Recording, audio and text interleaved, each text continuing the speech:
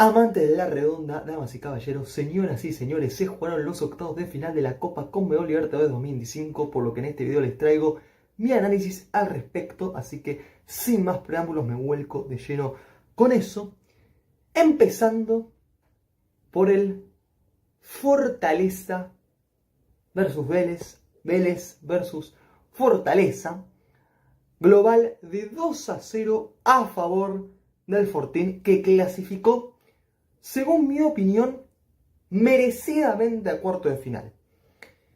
En el primer duelo, disputado en Brasil, ni más ni menos, al menos yo esperaba que fuese superior el conjunto local, sin estar años luz por encima del cuadro argentino. Sin embargo, en su cancha, con su público, en ataque, considero que con mejores nombres para complicar a un Vélez que no es la gran cosa, no me resulta maravilloso. Fortaleza estuvo lejos de cumplir con las expectativas y hasta lo pudo haber perdido tranquilamente.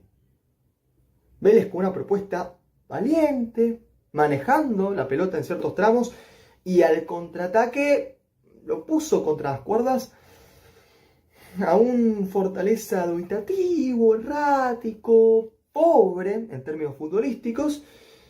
No obstante, no se sacaron diferencias desde el marcador. Siento que en parte el hombre de menos pudo haber perjudicado ni más ni menos que a Fortaleza, ¿sí? Pero la realidad es que fue en la recta final del encuentro, quizás 11 versus 11, en el envión definitiva ahí sobre el cierre, pudo haber sido distinta la cuestión, pero el Fortaleza no convenció, bajo mi perspectiva. Y así como dejó bastante que desear en la ida, cuando Vélez supo, en algún que otro lapso, ponerlo contra las cuerdas, sin tampoco pasarlo por encima, en el Amalfitani Vélez lo liquidó en media hora y el partido tras eso no se disputó casi. Fortaleza no generó un asedio, no complicó lo más mínimo. Un Vélez que te puede gustar más o menos, pero se desenvolvió ante las circunstancias, manejó los tiempos a su antojo y pasó, hasta diría que sobrado. En alguna que otra aislada, Fortaleza contó con la chance de recortar distancias, pero Vélez aguantó, hizo los goles que necesitaba sí o sí para sacar una diferencia considerable, 12 de arriba y chao. Ahí liquidó la cuestión. La posta es que Fortaleza no pudo contrarrestar a este equipo de Barros Esqueloto, que es inteligente, que comprende sus limitaciones, que yo creo que no le va a regalar nada a nadie y que se adapta a las circunstancias. Que después no te cierre del todo el funcionamiento, que sea un Vélez flojo en comparación con el que llegó a semifinales en 2011, por ejemplo, eso sin lugar a dudas. Pero es un Vélez utilitario, práctico, que se arregla con lo que tiene, no le sobra absolutamente nada, y así ya dejó el camino a un decepcionante Fortaleza. Vamos a decir las cosas como son. En cuanto al Atlético Nacional versus Sao Paulo versus Atlético Nacional, no encuentro explicación aún para poner en palabras cómo carajo finalizó 0-0 la ida, que se llevó a cabo en tierras colombianas. Un paseo. Le pegó Atlético Nacional Sao Paulo, pero a un nivel descomunal. En gran medida el culpable del marcador que todos presenciamos ha sido Edwin Cardona, quien falló 2 penales. Sí, en un mismo partido. 2 penas máximas, en las cuales definió de manera predecible, así nomás, parecía que estaba en otro contexto, que le da lo mismo, mientras que el resto de sus compañeros jugaron a las mil maravillas. Yo advertí que este Atlético Nacional era interesante en la previa, cuando di mi pronóstico. Recuerdo, pero completamente, cómo les advertí que este Atlético Nacional, si no se achicaba ante Sao Paulo, le podía disputar esta instancia y eliminarlo sin muchos inconvenientes, porque Sao Paulo tendrá más nombre y hasta ahí no lo veo tan claro, debido a que línea por línea Atlético Nacional es fuerte, en serio, pero al tratarse de un club brasileño y con lo que es este torneo, era evidente, estaba clarísimo que Atlético Nacional, en caso de no triunfar de local a domicilio, le va a costar una barbaridad. Ya sea por méritos futbolísticos o mismo por, como se sabe, esto es conocido, que tira más a favor de los brasileños en una competición de semejante importancia. Entonces, capaz no te roban de forma descomunal, pero en las chiquitas ya te van condicionando, te sacan del partido y ahí es cuando se vuelve cuesta arriba la cuestión.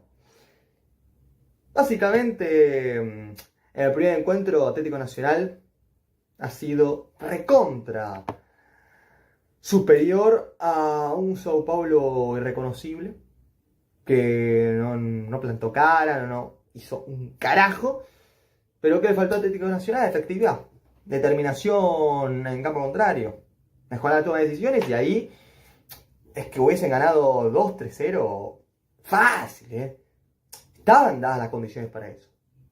Sin embargo, no se salió el arco y bueno, puede pasar. En estos días en donde te sentís que estás jugando bien y todo, pero no puedes invocarla, chao. Clase el primero, te entran 2, 3 más. Esto hasta sucede en un fútbol 5 cuando yo juego con mis amigos, siempre. Pero en este caso, salvando las abismales distancias, también ha sido ese escenario en donde Atlético Nacional manejó con una soberbia fantástica a este Sao Paulo del montón, un equipito, con todo el respeto a la historia de Sao Paulo, pero hoy en día no intimida este Sao Paulo. Eso es lo que siento yo. Y Atlético Nacional le jugó un partidazo.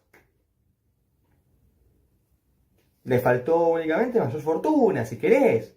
Porque también hubo algún que otro palo, o sea. Yo tengo en mi memoria aún el arranque del segundo tiempo, como Sao Paulo estaba perdido y Atlético Nacional con una convicción total de ir a ganarlo como sea. 2 penas máximas hecho a favor y bueno, Edwin Cardona que remató con una displicencia que mamita querida. De hecho, como si fuese poco, lo expulsé a la vuelta, pero no me quiero adelantar con los acontecimientos. El segundo enfrentamiento, ¿sí? En Brasil ya. Sao Paulo fue mejor que Atlético Nacional durante un rato largo, pero sin sacarle esa diferencia futbolística que hubo de Atlético Nacional respecto al propio Sao Paulo en el primer cruce como tal. Para mí, ¿eh? Sao Paulo, yo creo que justamente se va al descanso con ventaja en el marcador, pero mínima, 1-0 arriba solo. Y Atlético Nacional, como se enganchase a tiempo, lo podía igualar y forzar la tanda de penales, cosa que efectivamente ocurrió. En un principio parecía que Sao Paulo le metía una goleada extraordinaria a este muy buen Atlético Nacional. Pero el Sao Paulo, a mi parecer, se conformó con 1-0, creyó que estaba liquidado y ya en la recta final, los primeros 45 minutos, Atlético Nacional dio un paso para adelante y Sao Paulo no estuvo tan cómodo. En el segundo tiempo, lo propio. Igual en el segundo tiempo hubo más unida y vuelta, en un montón de ratos. El Sao Paulo in extremis buscó ganarlo como sea, pero Atlético Nacional puso a paridad. Incluso con un hombre menos, aguantando a poder durante el último rato, porque Edwin Cardona cometió una irresponsabilidad enorme, justo cuando... Terrible. Lo había empatado Atlético Nacional, Edwin Cardona, pero por ser un bocón, por ser un tipo mal de la cabeza que no entiende nada, condicionó a su equipo, así como en la ida. Pero en la ida te puedo entender porque fallaron, pero bueno. Los que rematan, pueden meterlo, ¿no? Son cosas del fútbol. Pero después, pasarte de rosca, hacerte el canchero, mamita, lo de Cardona es impresentable. Un tipo que, en cuanto a calidad, no se puede discutir, pero si nos referimos a lo que es su mentalidad, un párrafo aparte negativamente.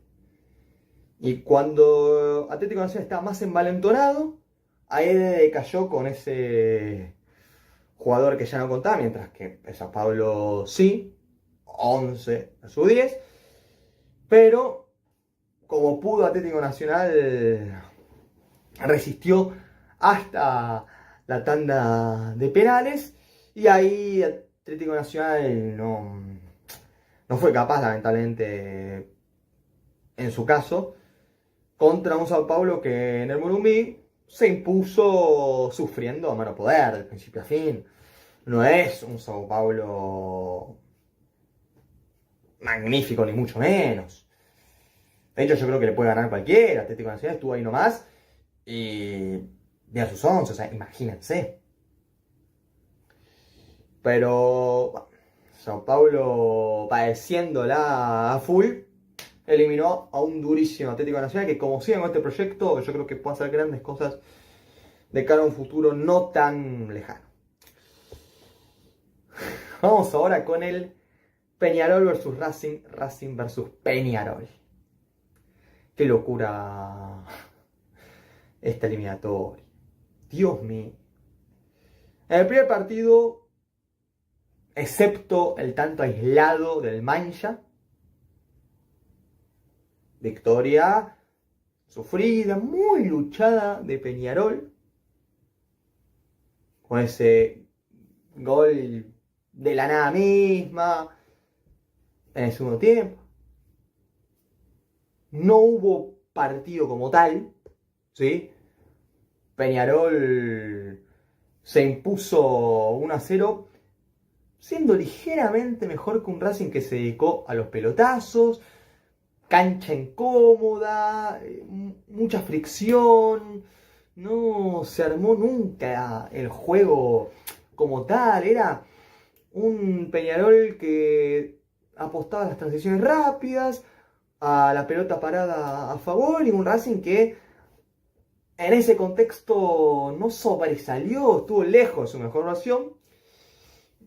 Y lamentablemente en Uruguay se llevó a cabo este duelo arduo, muy disputado en la mitad de cancha, en donde no hubo tanta chance de gol como tal. Un embole, siendo más claro y conciso. Pero Peñarol ahí aprovechó esa que le quedó junto a alguna que otra que tapa áreas, pero sin alcanzar un rendimiento bárbaro. Peñarol, con su gente, mínimamente logró ganar con lo justo, sin sobrarle nada. Mientras que la vuelta, todo lo contrario. Yo creo que vivimos uno de los mejores partidos de Libertadores en los últimos años. Emocionante, cambiante, de ida y vuelta. En un principio Racing lo cagó a pedazos a Peñarol, pero lo pasó por encima. Gol de Manaya Martínez, que como siempre aparece en estos momentos decisivos, sumamente importantes, él da la cara y convierte. Durante esos 10 primeros minutos, Racing, pero lo estaba humillando a Peñarol. Peñarol no sabía dónde estaba parado, nada. Y de repente, en un abrir y cerrar de ojos, gol del Mancha y Peñarol que pasó a dominarlo a Racing. Un Racing confundido, que había perdido esa intensidad en los primeros compases que demostró ya con el avance de los minutos. No se vio ese ritmo vertiginoso y abrumador de Racing, que a Peñarol lo complicó hasta cierto punto, cuando después ya el Mancha se liberó, jugó con más tranquilidad. Y la verdad es que en el primer tiempo pudo haber pasado de todo. O sea, Peñarol estuvo cerca de ponerse 3-1 de visitante en Argentina. O mismo Racing podría haber estado 3-1 sobre el cierre de la primera mitad. Sin embargo, todo acabó con un 1-1 que dejaba todo abierto para un complemento sensacional. De momento estaba avanzando Peñarol por la ventaja conseguida en el primer enfrentamiento, pero era un partido en el cual podía pasar de todo en serio. Y Peñarol ya en la segunda mitad juntó líneas, quiso aguantar el global a su favor, no le interesaba más nada.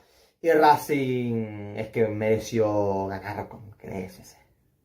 O sea, ya Racing en el segundo tiempo con empuje, con más corazón que cabeza, con garra, con remate de afuera del área, con centro, con algún que otro desborde. Una academia que dejó el alma en la cancha, pudo darlo vuelta, remontó la serie que estaba dificilísima. Gol, nuevamente Manaya Martínez, del punto de penal, y Pardo se eligió como el héroe esta hazaña de Racing, que con Costas tiene una mística copera. Vamos a decir las cosas como son. Que gane esta Libertadores o no, eso lo veremos en el tiempo. Pero es un Racing que, a diferencia de otras épocas, mete, busca, va para adelante, incluso ante circunstancias adversas. No le importa en lo más mínimo el plano nacional, todo lo que es el torneo local. Racing ni se esfuerza, pero internacionalmente es un Racing jodido posta, que yo creo que ninguno se lo quiere enfrentar. Ya consiguió un triunfazo memorable ante Peñarol, y ahora,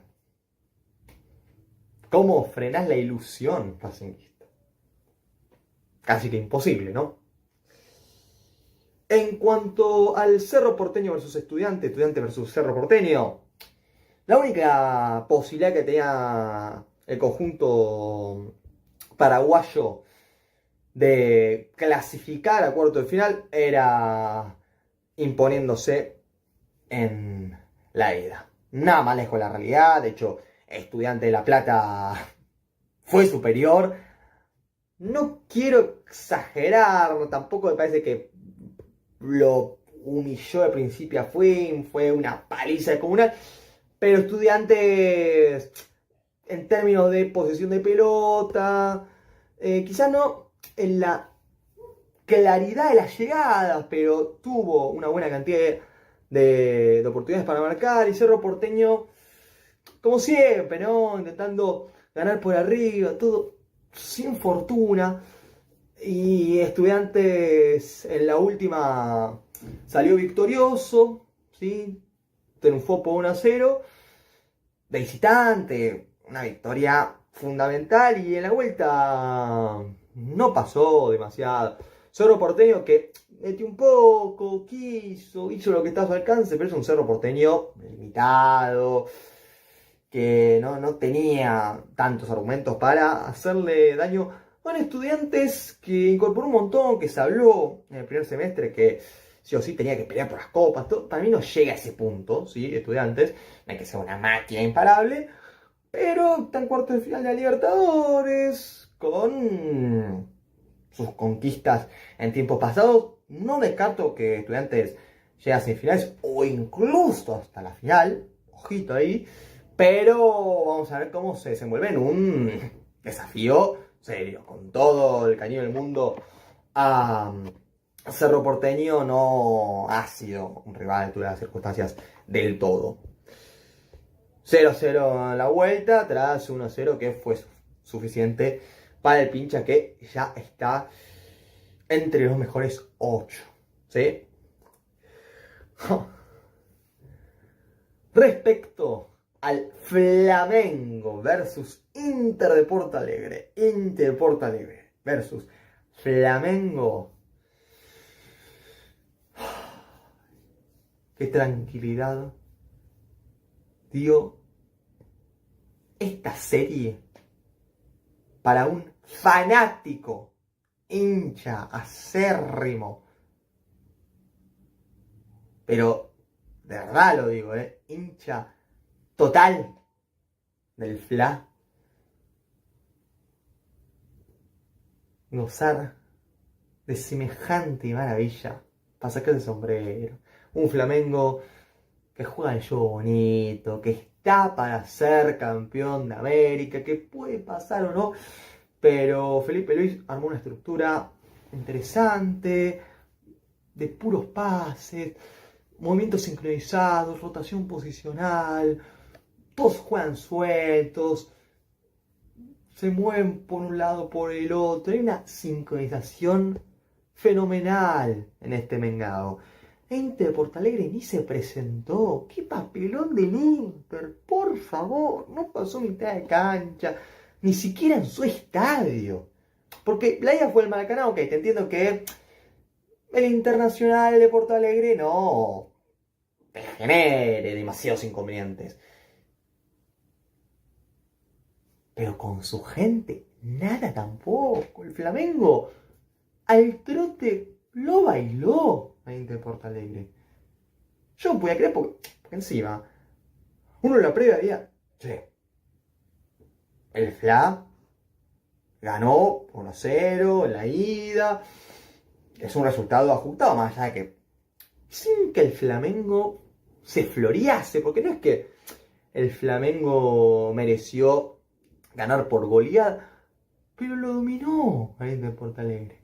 O sea que claro, con una ventaja tan justa, tan mínima, y en la vuelta el Inter de casualidad te embocaba y ahí es que te disfrazaba. Se te llenaba el orto de preguntas, como se dice, ¿no? Coloquialmente.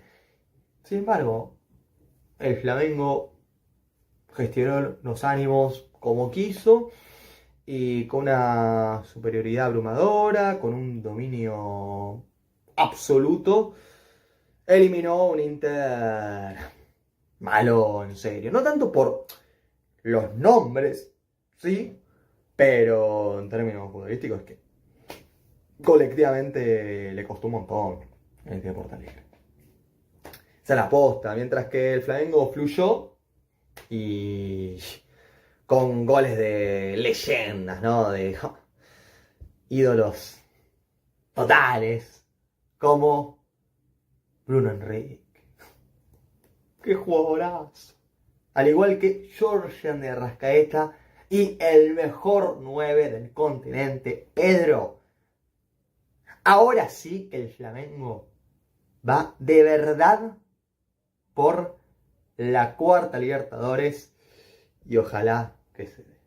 Por favor, sería un sueño pero inimaginable. Más allá de que lo deseo y pienso que es probable que ocurra, no soy consciente de lo que disfrutaría de tal conquista. Me vuelvo loco.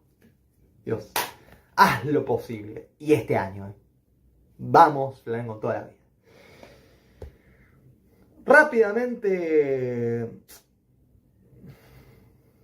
voy de una con el Universitario de Perú versus Palmeiras. Haciendo la cortísima, fue la misma serie, pero tal cual, que la del 2023 entre Deportivo Pereira y Palmeiras. 4-0 en la ida. Palmeiras cómodo, sobrado, canchereando, pero sin despeinarse, ante un Universitario de Perú que está lejísimo de lo que es el Palmeiras, tanto individual como colectivamente. Goleada de visitante por parte del Palmeiras, 4-0 lo liquidó ahí. En la vuelta ni se jugó el Palmeiras. Sí, tenía chance. Bueno, y Universitario de Perú probablemente también habían firmado ambos equipos no disputar el segundo partido. No hacía falta el Palmeiras, que siempre es copero, siempre compite. Por más que lo cuestiona Abel Ferreira y digan, no, pero que ya no estás a la altura como antes. La gente lo señala, lo critica, lo caga puteada hasta en cierto punto. Y Abel Ferreira llega a la Libertadores y otra vez, en un abrir y cerrar de ojos, puso al Palmeiras en cuarto de final. Una locura, pero lo consiguió y vamos a ver para qué está este Palmeiras. Yo creo que si no es el máximo candidato, primero en mi caso pongo al Flamengo, y no por bancar al Vengado, que también, sino más allá de la ilusión y todo, porque creo que el Flamengo hoy en día está mejor. Punteo también al Brasileirao y merecidamente, ¿sí? Muy merecidamente. El Palmeiras está ahí cerca del Flamengo. De hecho, no me sorprendería que... Para estar en ya distinta, ¿no? Sí. Claro, que nuevamente esa sea la final. No me llamaría la atención en lo más mínimo. La verdad que no lo veo tan raro que ocurra. De hecho, es lo más seguro, probablemente. En cuanto al Botafogo versus Liga de Quito versus Botafogo, se acabó la mentira del vigente campeón de América, afuera en octavo de final. Qué remontada la de Liga de Quito, que ya lo complicó en Brasil, el primer duelo, a un Fogao que tras la salida de ni más ni menos que Luis Enrique no volvió a ser el mismo, perdió su esencia. Tuvo algún que otro partido aceptable, más digno, sobre todo el Mundial de Clubes, que igual todos vendían humo con que no, el Botafogo es, pero una obra de arte. Le ganó al PSG, ahí medio que de casualidad, con un gran mérito defensivo, un esfuerzo enorme, pero yo creo que juegan 100 partidos, Botafogo y PSG, uno solo ganaba el juego, que fue ese el que vimos todo. Después, el resto de encuentros eran a favor del Paris Saint-Germain. Dejémonos de joder con el Botafogo. Liga de Quito, habiendo caído por 1-0 en la ida, pero cayendo con honor, sí, siendo derrotados, pero dando batalla, presentando pelea en la vuelta en su estadio. Liga de Quito dio vuelta a tortilla y dejó el camino al Botafogo, que maravilló propios extraños en la edición pasada, pero ya no es el mismo, y por eso Liga de Quito con un muy buen plantel. Atención, ojo con Liga de Quito, que es un muy buen equipo, está en cuarto de final, y ya nos fijaremos de que son capaces, pero cuidado porque yo les tengo bastante fe, Ya cuarto de final no es poco para ellos. Y no descarto unas semifinales, una posible final. ¿Quién te dice? Esto lo comprobaremos dentro de algunos meses solo, ¿no? Incluso semanas. A ver qué ocurre, ni más ni menos que en cuarto de final. Mientras que para cerrar, ¿sí?